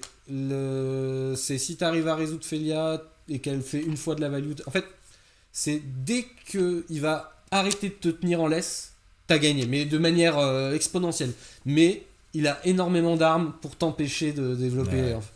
Et toi, tu peux piocher des cartes qui sont très très peu impactantes, comme Bogart, comme le White Enchanter. Globalement, si tu n'arrives pas à enlever tout le temps son cimetière, Banner Tide, ça va forcément être un problème. Et Solitude, des fois tu l'as, des fois tu l'as, mais il a un contre. Donc c'est pas si... Et que le Planeswalker là, c'est la carte. Ça a l'air d'être vachement dur en ce moment, ça. En fait, ils en rendent 2 contre Whiteback. C'est le premier ou deuxième Kaito celui de Death Moon. Donc c'est le celui qui met des stun counter. Ah bah, je sais pas, c'est le dernier là. Parce C'est qu'il y en le a un dernier, pour 3 mana. Non, c'est celui qui coûte 4. Ok, ouais. Et qui met, Qui met et des son stun moins 2, counter, son ouais, moins c'est 2 ça. il te fait trop perdre de temps. Ouais, d'accord, ouais. Donc c'est le nouveau. Puis qui donne des emblèmes, son plus 1 c'est un emblème. Ouais. Non mais au secours Wizard. Bon, donc je me fais défoncer. Et du coup, il a pas d'Oculus lui. Ah bon, Mhm. Oculus. Murtide aussi. Murtide aussi. Ok, Ouais, ouais, ouais. ok. Mais vraiment C'est il marrant de avait, voir l'évolution des il, listes. il avait tous systématiquement. Et en fait même la Game 1, franchement, avec la sortie que je lui fais, je me vois pas la perdre, mais en gros il arrête pas de faire. Je pioche un contre, je pioche le contre qu'il faut, je pioche le contre Ah qu'il bah faut. c'est ça. Hein, Je pioche le beau master au bon moment. Et même lui, parce qu'il est en mode, toujours en mode nice guy. Oh, vraiment, j'ai trop de chance sur ma draw. Je suis désolé, mec. Ah, C'est vraiment, j'ai l'impression de te la voler. Et je suis, ah bah c'est cool. Non, mais c'est tout, c'est le jeu, tu vois. On a pas mal joué, ni l'un ni l'autre. Mais vraiment, moi, à un moment, je pioche un land. Bah lui, il continue de piocher ce qu'il faut. bah, ça reste magique, hein, ça. Donc, Faut savoir bien piocher de temps en temps, sinon tu gagneras pas. lui, il fait du coup top 8 derrière. Donc, Ah, bah c'est non, bien. vraiment. Mais A il est- nice guy c'est is ça. rewarded. C'est ça. R5, je tape un Eldrazi et je suis là. Bon, je viens de me faire soulever. Bah, allez, chacun son tour. Et là, c'est pareil, c'est Game 1. Il développe comme un dingue en mode je vais te faire un gros Emrakul. Il se prend un consigne qu'il a pas venir. Il fait consigne main deck. Je fais yes. Il fait, oh. Tu m'étonnes. Et la Game 2, mais c'est vraiment. J'ouvre ma main, il y a 2 consignes. 3 draws plus tard, j'ai en un autre. Et j'ai mon 4ème qui arrive très très vite après. Il peut pas gagner. Hein. Il peut pas gagner. Ah bah ouais. Donc c'est fin du monde. Ciao, au revoir Eldrazi. Round 6, je contre le New Yorkais, un Esper Control Ketramos. La game 1, elle dure 30 minutes. Et je me dis, non seulement je dois me battre contre Ketramos, mais en plus j'affronte toujours les mêmes problèmes des contres et des machins et tout. Pas facile à gérer, mais la game 1, en vrai, on a tous les deux un Ketramos pendant super longtemps. Mais on n'arrive pas à en faire quelque chose, qu'on a aucun de nous deux quelque chose, donc on fait vraiment Drogo. On a c'est marrant. deux Ketramos qui. Ah non, mais même c'est pire que ça, on n'arrête pas de se les envoyer chacun notre tour parce qu'à chaque fois il passe de 5 à 1, 5 à 1, et puis bah lui il met 4, et sauf que c'est lui qui va trouver la solution en premier. Donc je crois qu'il pioche sa relique. En fait, ouais, c'est ça, il met 5, il active sa relique, il trouve trop de cartes, et là il gère le mien, il se fait pas taper. Et je l'ai pendant 3 tours à 1 point de vie, et j'arrive pas à le tuer. Game 2, on fait quasiment la même histoire, il est même très devant, et je suis là, mais non, mais c'est pas possible, bon, je vais me prendre 2-0, putain, 2 défaites d'affilée, et il a le malheur de faire Ketramos se tape pour un Jace Mind Sculptor, donc il est tout tapé, et en même temps il se dit, il n'y a pas grand chose que je peux faire, s'il untape il a gagné, et je vais piocher une relique, et il est à 2. Du coup, t'as attendu son tour. Ouais, j'ai attendu bien son joué. tour. J'ai fait go. Et là, il m'a regardé. J'ai fait allez, keep. J'ai un effet. J'active relique. Ouais, je perds un, je pioche. Je la sac. Ouais, bah, il range ses cartes. Yes, on joue la 3. Et la 3, c'est moi qui vais stick le Ketramos en premier. Quelle manière à contre ton adversaire quand même avec une relique. Ah, c'est ça. Allez, pioche 3 cartes et t'as perdu. Mais et ça marche aussi avec Frog d'ailleurs. Si tu exites tes cartes de ton cimetière. Non, mais bon, j'avais une paire d'out quoi, du coup, qui tuait comme ça. Mais vraiment, il est en mode. Tuer comme ça, c'est marrant. Zut quoi. Et la game 3, c'est moi qui stick Ketramos. Et vraiment, ça se joue à. Il pose son Ketramos, je prends mon tour, je pose le mien et je fais passe tout exile dedans. Et moi je pioche une carte, lui il va trouver un land, mais c'est nul. Ouais, mais c'est pas une et en fait, lui il a pas de quoi tuer le mien de Ketramos parce qu'il a des contres. Et juste, moi je vais avoir une relique qui tourne et je vais même pas la craquer, je vais juste piocher 2 cartes par tour. Et tant que je peux le taper, je le tape. Donc t'as réussi à l'avoir quoi. C'est ça. Et alors là, je vais arriver sur la round où je vais être tellement triste parce que là, c'est juste. On a bien joué, et mon adversaire et moi. Je tombe round 7 contre un Eldrazi. La game 1, il me fait T3 Emrakul sur le play. Ah ouais. Bah, je souffle. Tous les jours. Hein. Bah, il me fait T1 Talisman, T2 Rumble, ouais, T3 Emrakul. Ouais. Parce que ce Rumble, il trouve les 8 types. Ah ouais. Bah, bien joué, hein. T3, il a Emrakul et il a même du Madden up. 5, ouais, d'accord. Il a ses 2 petits spawns et tout. Non, ouais, c'est ça. T1 Talisman, T2 Chrysalis, T3 Rumble. Je sais plus si je joue 1 ou 2. Et en fait, en faisant tout le compte, mais il a même le luxe, faudrait que je revoie la séquence, je l'ai noté, mais il a même le luxe, avant de jouer sur Emrakul, de faire j'engage mon labyrinthe pour récupérer le Emrakul qui est dessous, tu vois. Ah ouais. Tellement il est large en fait. En même temps, quand ton Emrakul il coûte 5, c'est pas si difficile. Donc, bon. Bah, Ouais, non, c'est jouable en vrai. Hein. Et moi j'ai un fetch en main. Ça que les spawns. Et du coup, j'hésite beaucoup à concéder. Mais je regarde ma main, en fait, il va faire T2 Frogs se défausser de ma main. Fetch dans le vide, voir tout mon deck. Et bah, j'ai pas d'espoir en gros. Je peux pas gérer cet Emrakul on spot. Il a encore des cartes de main, donc je la concède. Donc il sait pas que je joue bleu. Bah, la game 2, ça va pas louper. Hein. La game 2, il s'est pris des consignes des enfers. Bon, ça aura bien marché, hein, ça aura bien payé votre ça a bien splash payé. bleu là pour surprendre, ça c'est bien. Et la game 3, elle est très très très très dure à vivre pour moi parce qu'en fait, je garde une main à 2 landes. Et donc lui, il est sur le play. Et ma main à 2 landes, c'est 2 fetch. Et je me dis, je peux me décurve pour trouver mon 3ème land parce que j'ai besoin de ce 3ème land pour gagner. Mais j'ai une saisie. Et saisie T1, ça peut m'éviter des T2 chiants.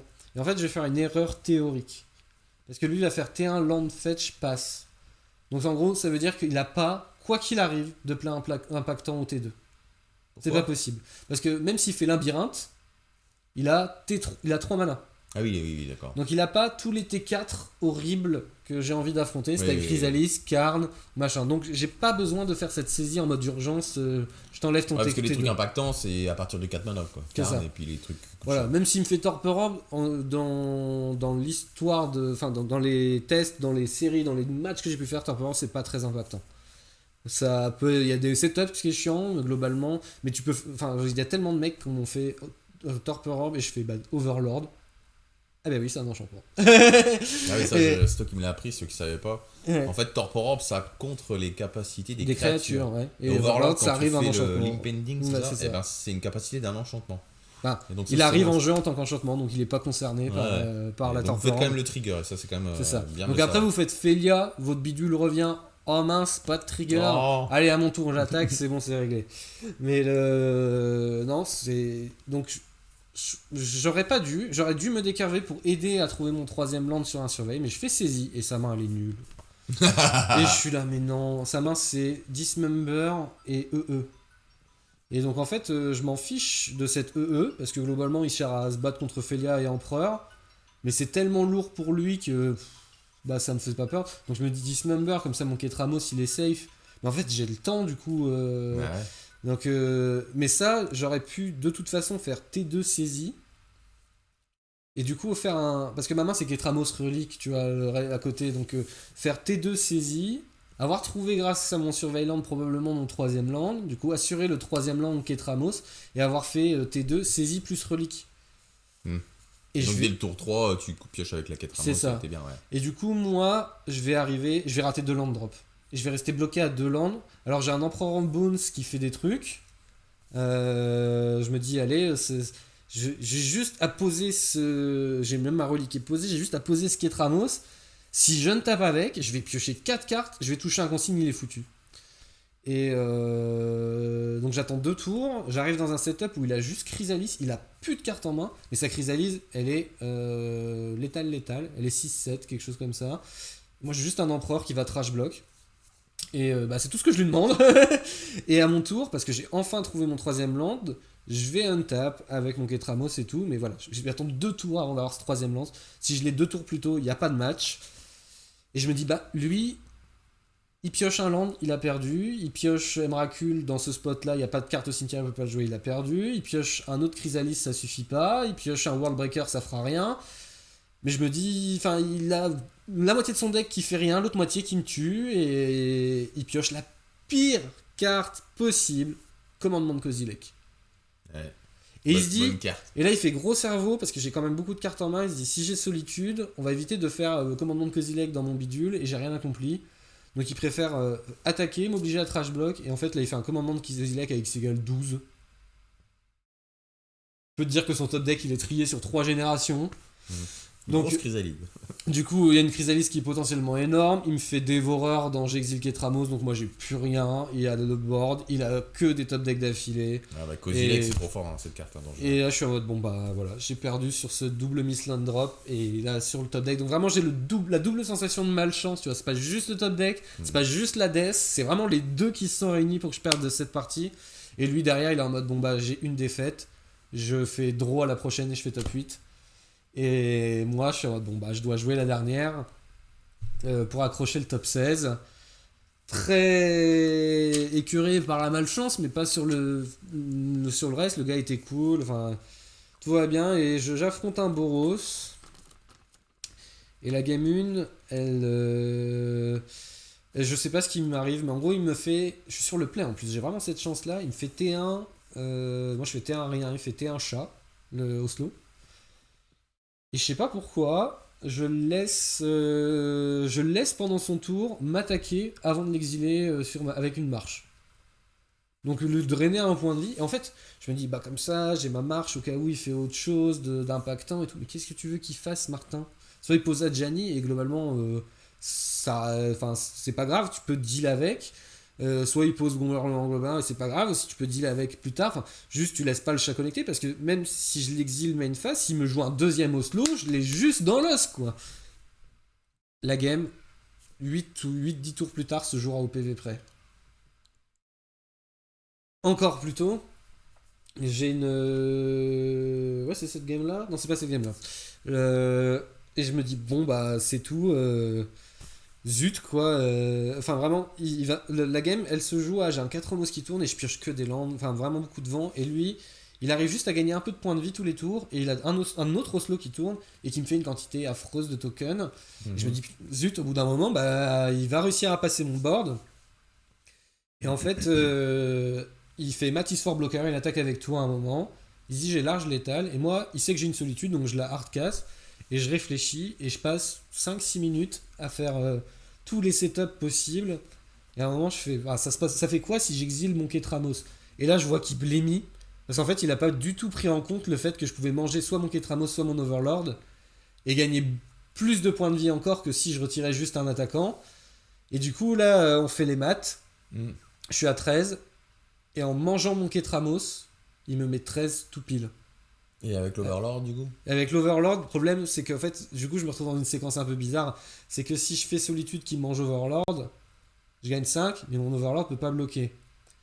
Et si je bloque...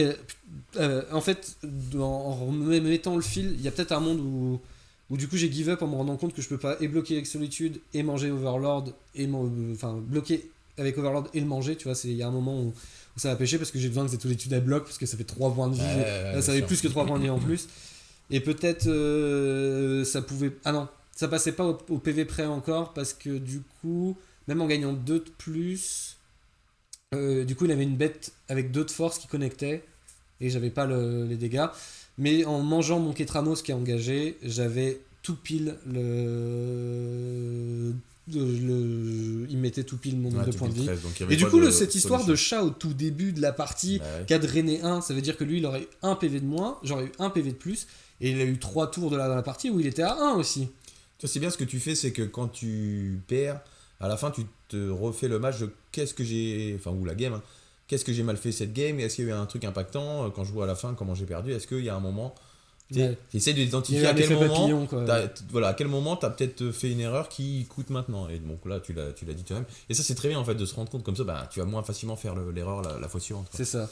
Et du mais coup, ça demande beaucoup d'énergie aussi. Oh là non, un petit plateau, bah elle était j'aurais eu un peu plus de réussite sur ma draw et tout, je m'en serais pas rendu compte, mais sans cette toute petite erreur de début de partie, je gagnais quand même là. Et lui, il fait l'erreur d'attaquer avec tout en prenant pas en compte que je peux manger ma bête, tu vois, aussi. Ouais, c'est vrai. Mais donc vraiment, c'est dommage, on joue la 2, et la 2, je garde une main assez solide et tout, mais pareil, je fais que piocher des landes. Je pose un Ketramos, il me l'a instantanément shooté avec un Celestial Purge. Et en fait, je comptais beaucoup sur ce Ketramos. Du coup, en réponse, j'avais une grenouille qui était là, qui avait pas pris Celestial Purge aussi, parce qu'en fait, Il a untap, il l'a pioché, je crois. Il a attendu de voir ce que je fais avant de machin. Il a préféré gérer Ketramos parce que le lien de vie. Et en vrai, ça se sentait. Mais en réponse, je pioche beaucoup de cartes et je pioche que des landes. Je me défausse de cartes, je repioche encore des landes. Ma grenouille, elle est 9. Non, elle est 8-9. Et je me dis, bon, bah, la course, hein. Bah, Donc, ouais, bam, je lui mets une grosse tartine. Et du coup, lui, il prend son tour. Il est en mode, ah ouais, ok, j'ai géré Ketramos et tout. Parce qu'à terme, ça l'aurait de toute façon battu. Parce que si j'ai relayé, que si j'ai machin, je vais retrouver les cartes. Lien de vie indestructible, il ne le passe pas autrement. Enfin, pas efficacement. Et en fait, lui, il va faire le gobelin là qui dit tu défausses 2 cartes, tu pioches 2. Il va défausser 2 Ranger Captain of Eos. Il va se reprendre une claque de frog. Il est pas mort. Il a pas beaucoup de points de vie, mais il est pas mort. Et il pioche son tour. Et en fait, c'est vraiment horrible parce qu'il a 3 bêtes en jeu. Et il a pioché tout pile 2 bêtes. Traben qui met 10. Traben. Ouais, Ah oui, charme oui. de Traben. Qui met le double Qui de met ses le double de créatures. nombre de bêtes à une bête. C'est ça. Et il a tout pile. Je tue frog. Et moi, C'est beau de tuer une frog 8-9 avec un Traben charme. et là, je suis là. Bah, ok. Ouais, c'est magnifique top deck de sa part. Et je m'en remettrai pas. Ouais. Ça, c'était dur. Et je suis là, on regarde les scores. X3, fallait faire X2 pour un truc bien. Attends, je viens de me rendre compte d'un truc là. Vendredi, 5-0, 4-1. Samedi, J2, X3, X4. Dimanche, X2, bah je fais X3.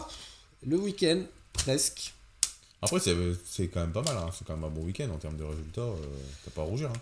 Non, j'ai pas à rougir, mais. Et en plus, c'est pareil, le jeu, tu joues pas depuis très longtemps, t'as pas une grosse expérience avec, ça joue aussi quoi. Bah ouais, sûrement, c'est sûr que c'est pas comme si j'avais. Ça faisait 3 mois que je pilotais le pack. Mais il est pas facile à jouer, hein. Il est pas facile. Hein. Non, pas du tout. C'est vrai. Ah. Non, surtout là. En plus, t'as du bleu, donc il y a le fetch. Gérer la couleur, ouais. t'as moins de removal entre guillemets, donc t'as moins de. Ah, c'est bon, ça dégage. Donc faut plus deal avec plus de cartes que de laisser plus ton adversaire faire. Mais bon, t'es content de faire Consigne to Memory dans les Eldrazi en face. Et alors vraiment le no breach, alors on voit pas très bien la caméra, mais vraiment tout le week-end on avait métagamé pour jouer breach. Après c'est pareil, c'est pas si évident que ça breach. Genre la game 1 t'es pas favori du tout. Ça se passe beaucoup mieux post-side. Bah la game 1 je joue des marches et des consignes main deck hein. Ouais, enfin moi je parle pour blanc-noir. Après ouais, peut-être que toi t'es mieux quand même quoi. Ah, y a pas photo. Hein. Push, en même temps, moi j'ai push. Enfin, tu vois, t'es content si tu push des tamis au début, des trucs. Ouais, mais ça push, c'est pas grand chose. Nul, hein. Ouais. C'est quand même pas mal hein, dans le match-up. Moi je les garde, hein, mes push dans le match-up. Tu vois. Je veux vraiment pas qu'il ait une Tamio. Qui tourne. Ouais. Bah ouais, c'est ça quoi. Ou Emery ou machin. Mais... Ou Emery, ouais, c'est ça, je vois à tout prix. Même si c'est pas ouf contre Emery, parce qu'il faut pouvoir avoir la révolte, tu l'as pas toujours. Enfin voilà. Mais bon, c'est. Donc. Pas si mal, mais on aurait pu faire mieux. Ouais, mais c'est... Jouer un tout petit peu mieux aurait été fort. Voilà, c'est tout. Ça m'aurait permis de raccrocher pas mal de choses. Mais ça reste quand même un bon week-end. C'est un bon GP, hein, franchement. Dans l'idée, GP, c'est pas mal. au moins, je me suis remboursé. Avec les lots cumulés de tout, je me suis remboursé les PAF. Pas le week-end, mais les PAF. Du coup, vu que c'est des tics, t'es obligé de les dépenser à la boutique. Du coup, vu que c'est une boutique officielle, t'as absolument que des boosters. Ouais. Donc on a pris une demi-boîte collector à Etherdrift. J'ai eu que dalle. Voilà, même pas. Mais alors vraiment, je pense les pires boosters collector de ma life où j'ai pas un seul terrain ou une seule virge pour éviter de dire le mot en français. J'ai pas eu de Ketramos évidemment. J'ai rien eu qui coûte de l'argent. J'ai fait bon bah super. Bon, je me suis remboursé virtuellement. Hein. Ouais, mais tu as la joie de passer un bon petit week-end avec les potos. On a une histoire incroyable d'un mec au McDo là, et ça. Bah voilà, vous avez fait des belles rencontres. Ça c'est stylé. Donc voilà, on aurait bien aimé être là nous, mais ce sera l'année prochaine. Ouais, ça vous apprendra à skier. C'est ça. Enfin bon, c'était un petit podcast d'1h30 déjà. J'espère que vous avez écouté jusqu'au bout et que ça vous a plu. Que vous continuez de redemander ça. Si vous êtes globalement tous en train de faire autre chose en même temps, bah, tant mieux pour vous. Et sur ce, n'hésitez pas à vous abonner, à laisser un petit commentaire et un petit like. Et sur ce, bah, du coup, à très bientôt. À bientôt, salut.